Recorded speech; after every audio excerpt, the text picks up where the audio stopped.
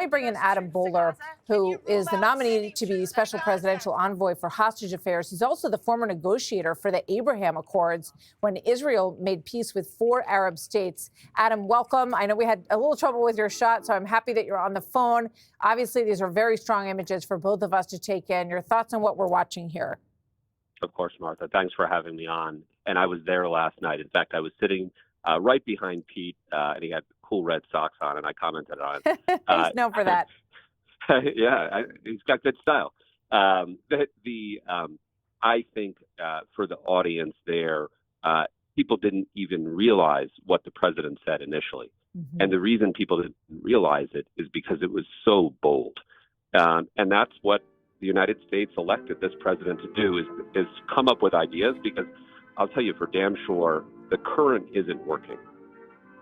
So you were involved in the orchestration of the Abraham Accords. There was a moment when it looked very close that Saudi Arabia would be the 5th nation and obviously the largest, most important player economically in the Middle East to join that as well. And then we had October 7th, which ripped all of that apart. And now the effort to put this deal potentially back together and reorganize the power structure of the Middle East. Is that promising? And what do you think of this idea of the United States overseeing Gaza, at least for a period of time?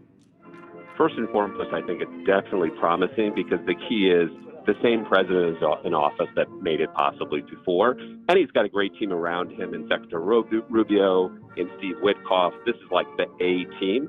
So one, it's very possible. And I know for a fact during Abraham Accords, MBS told us if the Biden administration doesn't mess it up, we'll be in the Abraham Accords within 6 months. Mm-hmm. And unfortunately, you see what happened one way or the other.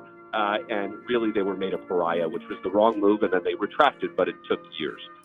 So one, I think it's very possible. I think this idea is a different idea. And the reality is someone has to take responsibility.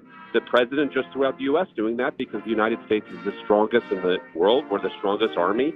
And he said, this is about Muslims, Jews, and Christians.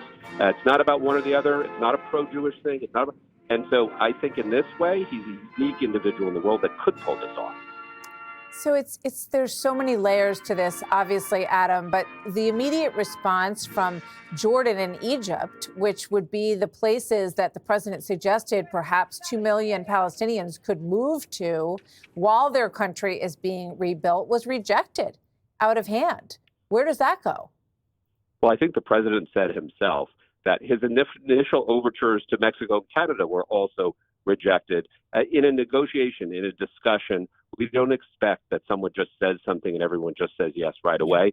The president knows that. He's well equipped for that. And so he made a starting volley of what he wants. And the one thing I know from working with him, he is always open to great ideas. And if there's a better idea, then let's put it past the president of the United States, and he'll consider it like he does everything, including Egypt and Jordan. But we just don't need a no. Fascinating. It is fascinating to watch his negotiation tactics and sort of throwing out that big idea, as I said, that throws the chessboard up in the air, makes people think a little bit differently. We will see where this goes. Adam Boehler, thank you very much.